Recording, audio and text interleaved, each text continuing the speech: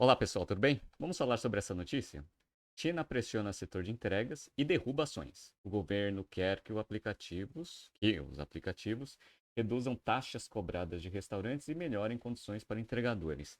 Essa notícia foi solicitada por alunos do Strategy Finance Program para fazer uma análise aí sobre a parte regulatória de alguns setores. E se você quiser que a gente analise alguma notícia, comente, né? Coloque aqui nos comentários o nome da empresa que a gente vai estruturar direitinho aí as análises e vai colocar no pipeline aqui que a gente já tem, ok? E se você gosta do conteúdo, dê um like no vídeo. E se você tem algum amigo ou algum conhecido que possa fazer bom uso das análises que a gente faz aqui, não deixe de compartilhar esse conteúdo com eles, ok? Legal. Então vamos lá. Bom, a gente percebe já desde de 2020, até um pouco antes, e a China mudou bastante a sua postura em relação às grandes empresas e os grandes conglomerados que foram sendo criados. Legal, então muita intervenção, principalmente na parte de e-commerce, nas fintechs, etc. A gente viu lá o Alibaba sofrendo bastante, o Jack Ma, né, que sumiu, etc. E agora a gente percebe que eles estão entrando na parte de delivery. Então, essa notícia é interessante, porque é uma notícia meio que traduzida aqui do Financial Times, aqui está a notícia oficial, né?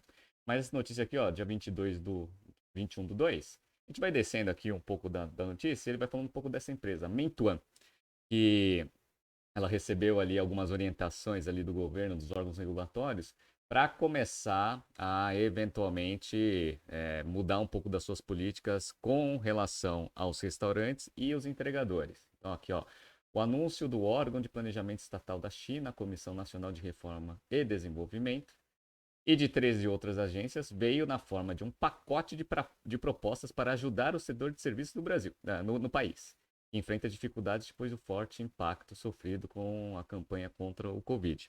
Como a gente sabe lá, eles estão com uma política de Covid zero, então, a princípio, não, né, se tem um caso, eles já fecham bastante a cidade, e isso, obviamente, tem alguma influência ali na área comercial.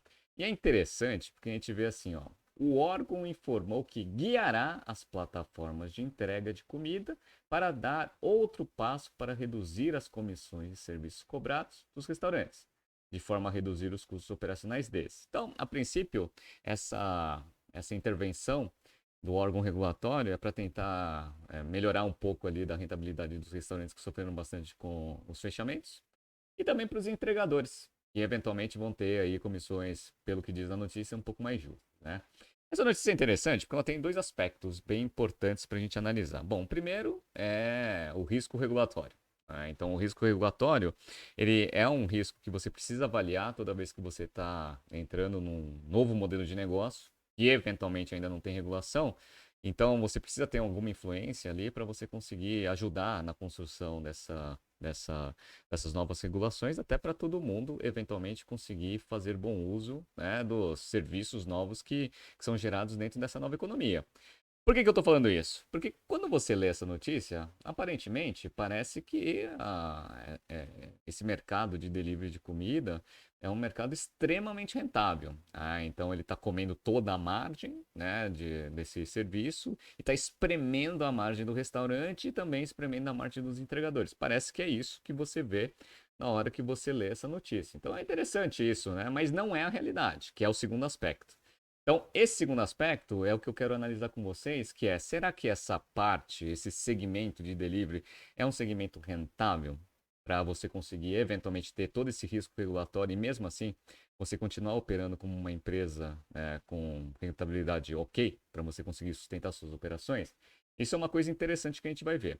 E, obviamente, esse tipo de notícia ele tem uma influência direta aí no mercado de ações. Então, tá aí, né, as ações aqui da Meituan caíram 15% no dia. Eu peguei até aqui o gráfico, né? Então, ó, o gráfico aqui da ação da Meituan, né?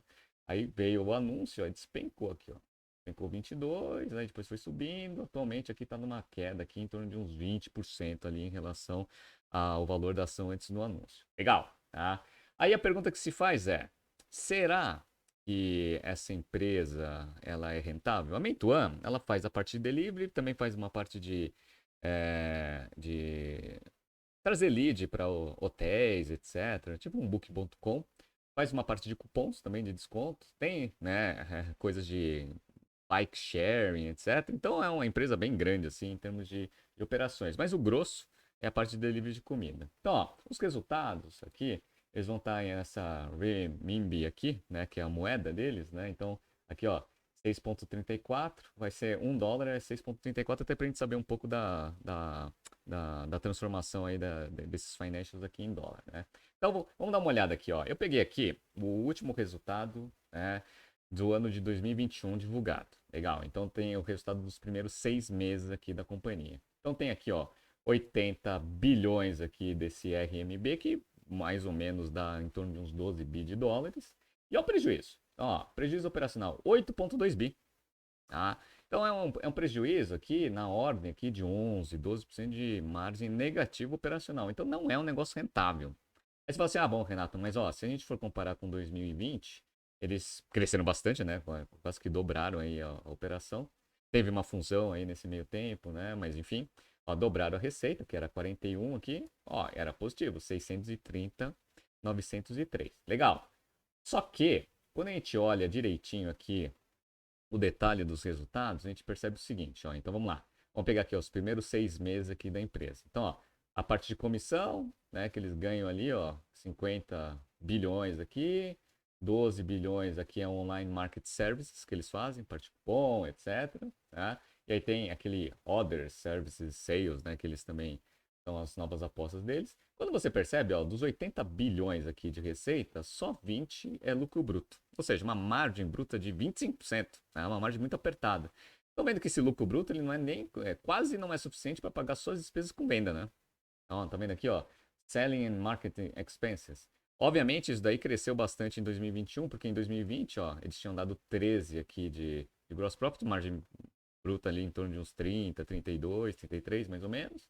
E tinha 7, né, de despesas com vendas. Obviamente, em 2020, principalmente para esse tipo de serviço online, você até teve uma demanda, um aumento de demanda natural, até por causa da situação que a gente viveu em 2020. Né? Então, você pode economizar um pouco em marketing aí. Mas agora a economia voltando aos trilhos, né, e voltando à normalidade, ao nível aqui de investimento que você tem que fazer em vendas para conseguir sustentar esse crescimento. Dureza? Tá? E olha que interessante, ó. Lembra que eu falei para vocês, ó, o lucro operacional aqui foi um prejuízo de 8 bilhões, só que aqui tinha sido 460 positivo. Legal, mas vocês estão vendo esse other gains aqui, ó. Então, boa parte aqui dos ganhos do ano de 2020 veio de outras receitas e despesas. O balanceamento entre elas geralmente é valorização de participação ou venda de ativos, ou seja, nada ligado diretamente com a operação. Então, assim, ou algum ajuste contábil, que é pior ainda. Tá? Então, esse 1,4 aqui de ajuste entrou positivo aqui no resultado, que fez, obviamente, o lucro operacional ser positivo, mas na verdade esse negócio dá prejuízo também. Ah, então tá prejuízo.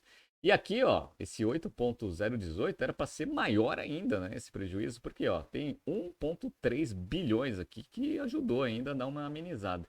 Então é uma operação que dá um prejuízo homérico, tá? Homérico.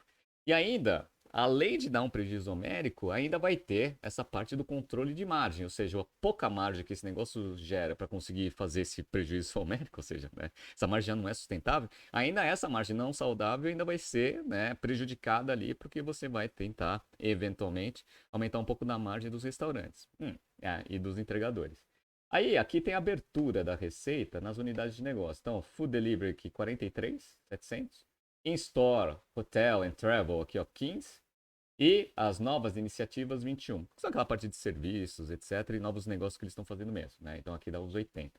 Aí, quando a gente vê aqui o lucro operacional, aqui eu sempre coloco uma ressalva, porque a apropriação de custos e despesas, o rateio efetivo, a empresa nunca divulga de forma correta. Mas, na verdade, ela nunca divulga de forma detalhada. Né? Então é difícil a gente saber se esse rateio está sendo feito de forma correta ou não. Se partir do pressuposto que está, aí o que eles estão falando? Eles estão falando o seguinte, ó, tem lucro aqui a parte de food delivery, operacionalmente falando? Até tem, né? Então, ó, 43 contra 3 dá uns 7, 8% aí de margem operacional, que é baixo. Que é baixo. Então, mesmo eventualmente esse negócio dando lucro né, operacional, ele não tem tanto espaço assim para você dividir margem ali com o restaurante entregador. Legal. Esse in-store, hotel e travel, ele tem uma margem muito melhor. Então, ó, de 15 de receita, 6,4 de lucro operacional. Então, uma margem ali já bem maior. Legal. E as novas iniciativas, uma porcaria total, né? Então, 21 aqui de receita com 17 de prejuízo de prejuízo operacional. Ou seja, esse daqui é os stars ali recebendo dinheiro ali, consumindo muito dinheiro ali para tentar ganhar um pouco de mercado. Então, ó, esse mercado ele é rentável? Ele não é um mercado tão rentável assim. E a gente consegue ver isso também quando a gente pega aqui algumas empresas lá nos Estados Unidos. Olha que interessante, ó. Peguei aqui a DoorDash. DoorDash, ela divulgou os seus resultados fechados de 2021. Então, ó, receita, quase 5 bilhões de dólares. Legal, é uma receita respeitável. Só que, ó, prejuízo operacional, 452, que foi em linha com o prejuízo que ele teve, né, no ano anterior. Em termos de margem, melhorou bastante, né? Porque a receita era 2.800 contra 4.800, beleza? Mas ainda está dando prejuízo operacional, o que faz a empresa ter aqui quase meio bilhão de dólares de prejuízo. Então, tá dando prejuízo ainda, DoorDash. Quando a gente pega o Uber, o Uber, ele também divulgou resultados fechados de 2021 e ele mostra aberto, o EBITDA, tanto da parte de mobility. Então, ó, diz ele que mobility dá positivo, né? Então, aqui, ó, 1,5 bilhão aqui de EBITDA contra, né, uma receita que não está aberta, mas uma receita total consolidada aqui de 17. Perfeito. E a parte delivery? Ó, a parte delivery, ó, prejuízo. 350 milhões aí de prejuízo EBITDA negativo, tá? Então, assim, e o EBITDA ajustado é pior ainda, né? 774. Então, assim, nem os líderes de mercado, e essa Meituan aí tem 70% de market share na parte de entrega de restaurante lá na China. 70%. Nem o líder disparado de mercado tem rentabilidade. As outras aqui que estão tentando ganhar escala aí, que ainda estão no meio da guerra de preço, tentando ganhar mercado, também, ó, um prejuízo sensacional. E é interessante isso, porque esse mercado é aquele mercado que mesmo o líder de mercado não consegue ter rentabilidade. Então ele não consegue dividir margem com ninguém. Tanto é que a Amazon tentou entrar em 2015 nesse segmento de entrega de comida para restaurante. Ela entrou em 2015 e aqui ó, a notícia, ó, 11 de junho de 2019. A Amazon fechou, a parte de entrega de restaurante. A Amazon, o Jeff Bezos tem algumas entrevistas e falou assim, esse mercado queima muito caixa, né?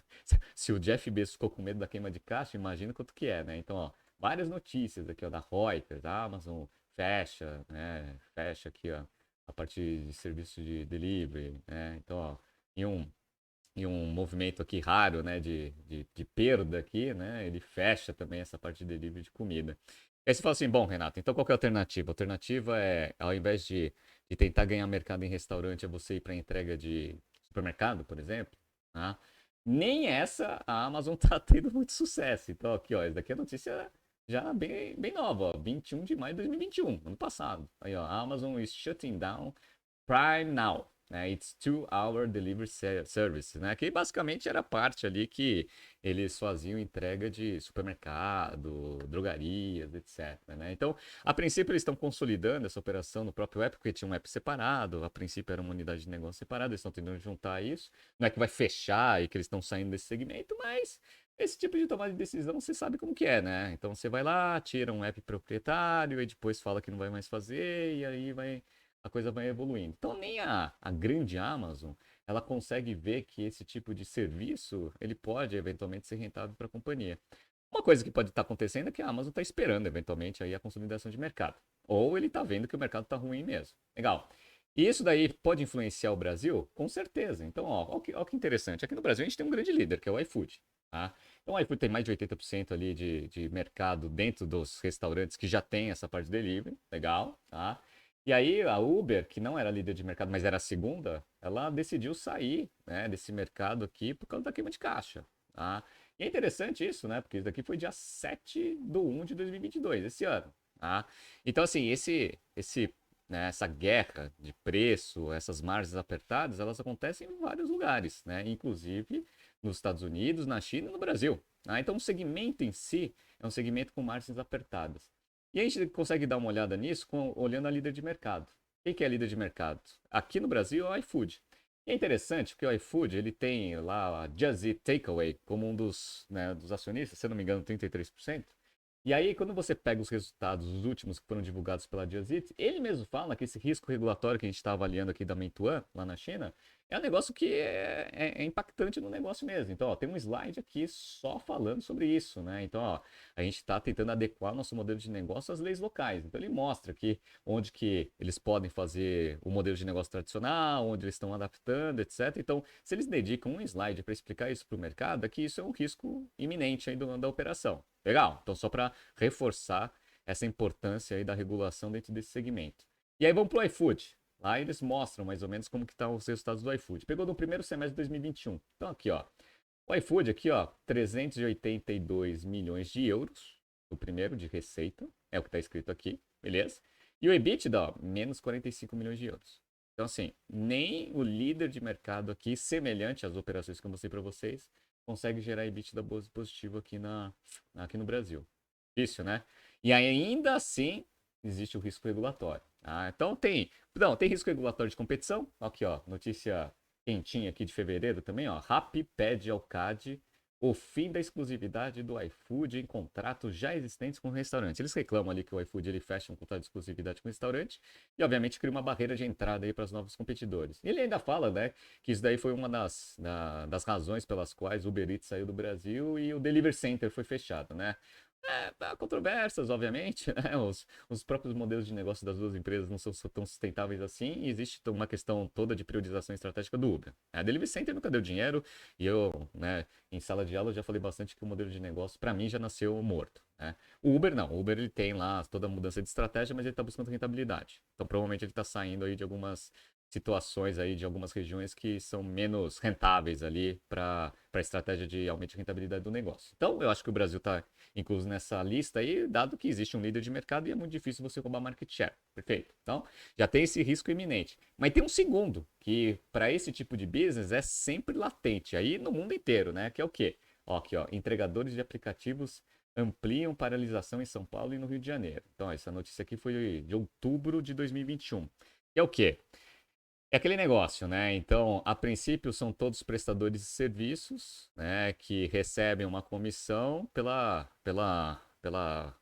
encontro de oferta e demanda que o iFood consegue ceder aí para os dois lados da plataforma, né? Então, você tem o restaurante, o entregador e a pessoa que quer comprar ali, que nesse caso são três, né? São três agentes.